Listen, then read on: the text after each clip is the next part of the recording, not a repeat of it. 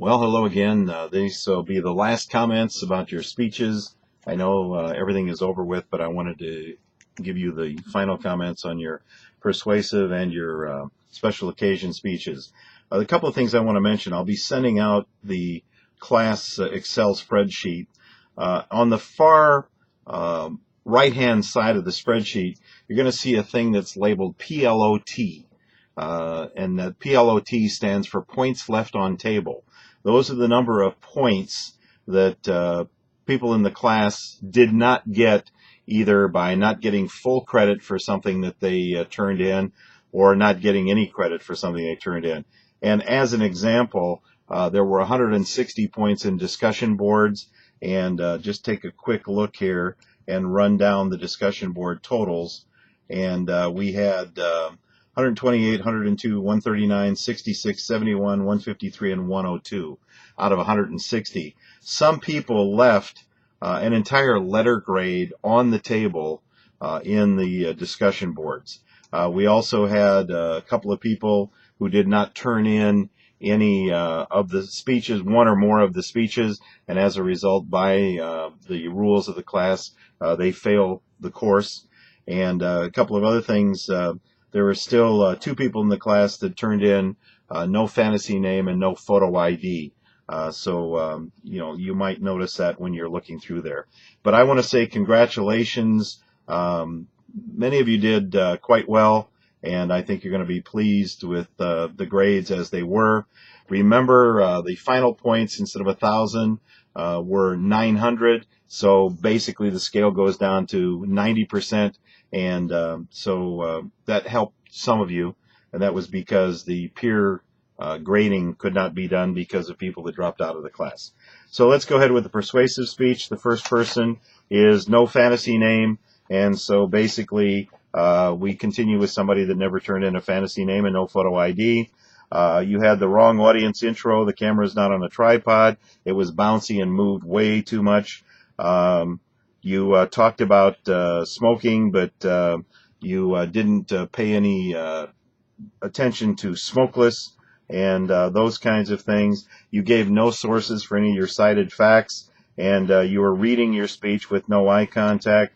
It was a very flawed ending that was really kind of hard to listen to. You had no outlines, no visuals, and did not meet the assignment requirements. Next up is Hoosier. Hoosier, you had no visuals. You were just a bit short. You need to define the terms you use when you're talking about injuries caused. What are those injuries? You had an excellent opening. You had a very commanding presence. This is important when you're doing speeches. This did scream for a little bit more first person from you about you. And number one, why did you decide to quit? That would be the first person kind of thing that we're talking about. Personalize it. It makes your communication, you're telling a story, and ultimately you're the most authoritative person on the story. Nevertheless, except for the required visuals, this was a good topic that was forcefully and very well presented. So congratulations. Next up is Albin, Allbin. You were a bit long on the speech, and you only listed two sources in your bibliography. You had the wrong intro. Why are the two men you mentioned, or who are the two men you mentioned, Linder and Woodall? You had this was a good presentation. It was a well-presented speech. You had no visuals, and your bibliography only cited two sources. We already said that.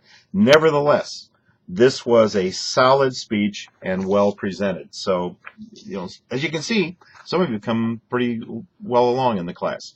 Cricket, no visuals. You had a minute and 49 in before you established your credibility. We preach that. Get your credibility up there really, really fast. And some other things are local stores, retailers. How do you tie it into those people, and what are the local people where this is happening? Kind of bring it home. What about American Healthcare Act the President's American Health Care Act. What effect did that have on part-time employees? I know that in some cases people were cut back in the number of hours they could work, and it's happened in a lot of places. You can check on that. Good summary. It was an interesting topic.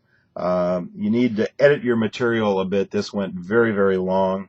What happens when you're on call and you have an unscheduled and you are unscheduled or don't come in? So basically, if you're on call or you're not scheduled and you get a call and you don't come in, what happens? And then retailers are doing this because it works for them. And obviously, until the law changes or something else, they're going to continue to do it. You need to kind of at least acknowledge that. Next up is shadow, short speech, looking at the camera. Start the speech by looking at the camera. You need more light on your face. So basically what we're saying is when you start your speech, be looking at the camera. Don't start down here and look up, and that's what I want to talk to you about today. Start looking at the camera. Then if you have to look down, fine, but have the first sentence or so in your head so you start looking at the camera. Perhaps there were too many points to remember for the audience, even though it was an interesting topic. Your speech ended abruptly mid-sentence. You may want to take a look at that. You had really good visuals, and nice job on that. Next up is no fantasy name. All right. You only had one outline. It went too long. What do we have here? Wrong composition, camera zooming in and out, not steady, no tripod. You're not speaking to the camera. You need to look at me, the camera. You were talking over there and you were talking over there and never here. All right. 7 severe fluency problems. So you want to make sure that you work on that. That's articulation and things like that. You gave no source. You have only 2 sources cited, but you needed to be sources in several spots in your speech because you stated things but without sourcing it. You got lost in your own speech. It was very hard to follow your reasoning. And then one of the questions would be, what's the downside of this? You talked about all of the things that could go wrong and all of that, but so what could go bad? You talked about the good things. What could go bad? All right, your arguments are very hard to follow, and you have no visuals. And also, your outline doesn't meet the requirements. It's all single spaced. Next up is let me check that name. Dutch. I had the wrong name down here. You have the wrong composition shot on your opening. Where's your outline? Watch the vocalized pauses. You need more light on your face. Stand still. This had excellent reasoning. It was great source citations. This was as close as you can get to the perfect speech. This was an excellent presentation, very well reasoned. And then you had something on papers and magazines. A date citation is important to know what is current information. So if you say, according to an article in Time magazine, we need to know, was that last month or was it 20 years ago? So always when you're doing a magazine, cite when it would be best. And then I don't know if you're aware of this, but Ivy Tech has a thing called Include Ed. You sign up for the course, and you not only pay the tuition for the credit hours, you also have automatically paid for, when you sign up for the course, a textbook. And as a result of that, even if a relative in your family last semester used that same textbook, you've paid for an electronic version of that textbook. If you want a paper version of it, you pay even more to get the paper version. That would have been interesting stuff, but I'm not sure that you would know that necessarily. All right, now we're going into the special occasion speeches. First up is Hoosier. This was very, very short. The flow was disrupted.